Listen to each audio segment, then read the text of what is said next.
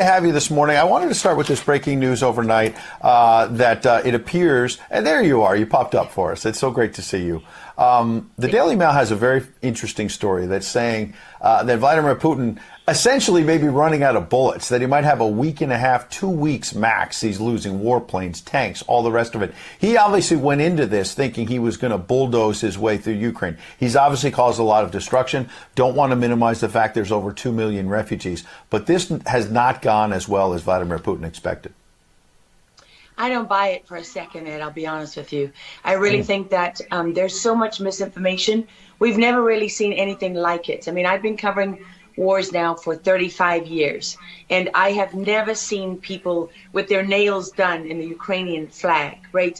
I mean, we're being corralled into this box where we either have to hate Vladimir Putin and believe everything evil that's said about him and love Ukraine, and there's no in between. And that reminds me a lot of you're either, a white supremacist, or you go with the Democrat narrative on everything under the sun.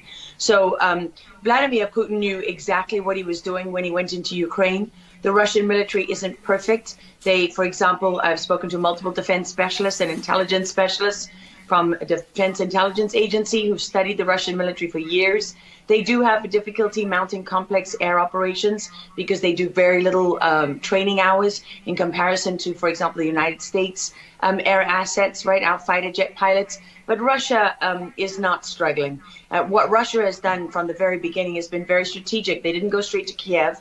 They went to all those bioweapons laboratories that are scattered all over the country. Some of them they built, so they know where they are. They've known where they are since the Soviet Union, because under the Defense Threat Reduction Program, we went in after the fall of the Soviet Union and supposedly turned those facilities from bioweapons labs into public health labs. Although, these days it's hard to believe anything that our leaders tell us, because they've lied about COVID, they lied about Russia collusion, they lied about the Ukraine impeachment trial, and there's so much more going on in Ukraine that nobody is talking about. You see such dishonesty when it comes to the history of Ukraine. You see dishonesty when it comes to the Azov Battalion, which is funded by the US and NATO. I mean, you can find pictures of them online holding up the NATO flag and the swastika at the same time. Their own emblem contains the black sun of the occult, which was a Nazi SS emblem.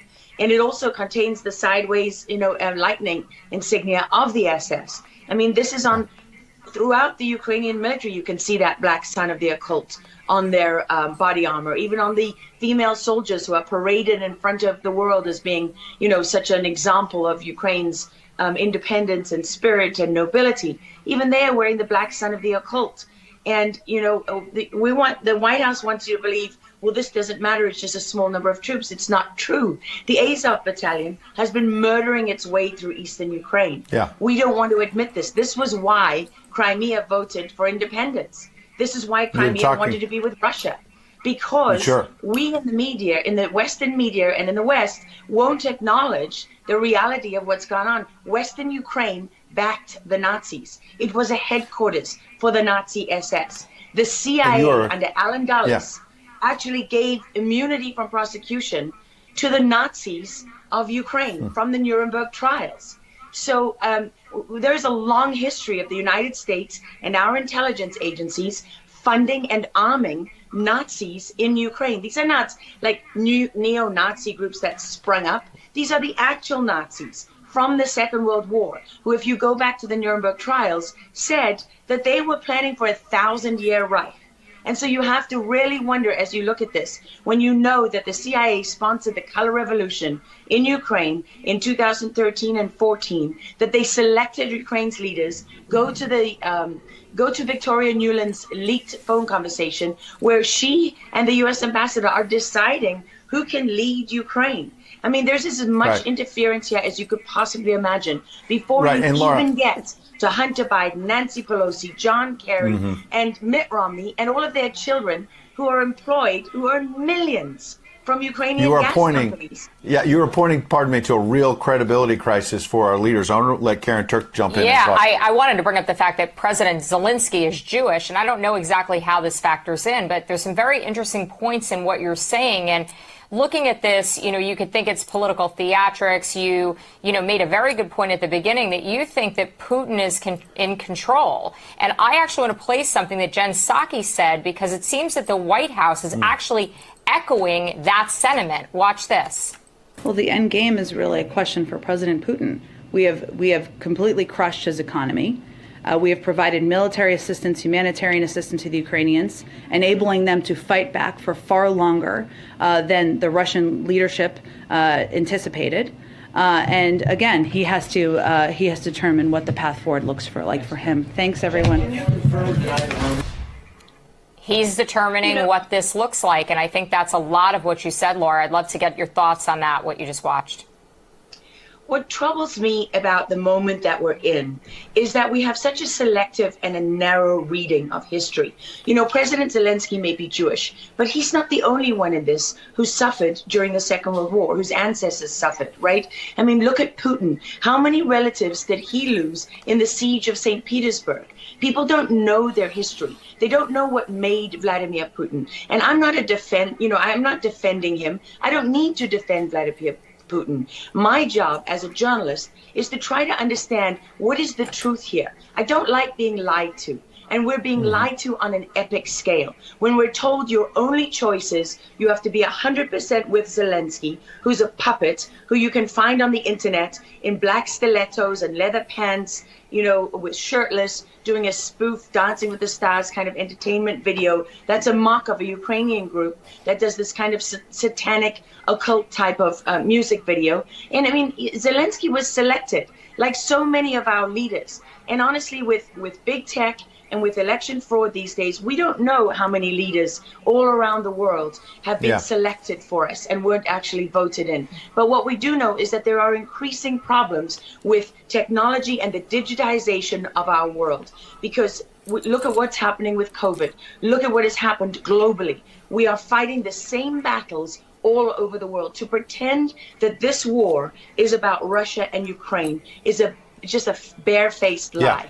If Putin has been warning for 15 years that he is not going to stand by while the globalists take over the world, build bioweapons facilities and whatever else they're doing in Ukraine, Ukrainian oligarchs. Ukraine has been a center of money laundering for, many of the leaders in this country. For how long? Billions of US dollars have been laundered through Ukraine, and we say nothing about it. These are our tax dollars. I mean, before the impeachment trial, had you ever heard of anyone in the United States, us bringing in foreign governments to the White House for anti-corruption training?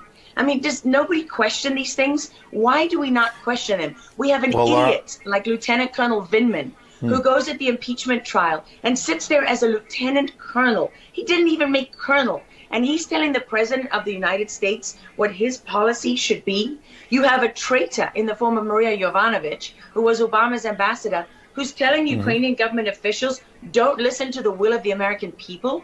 Don't listen to the election results. We are the true leaders of America.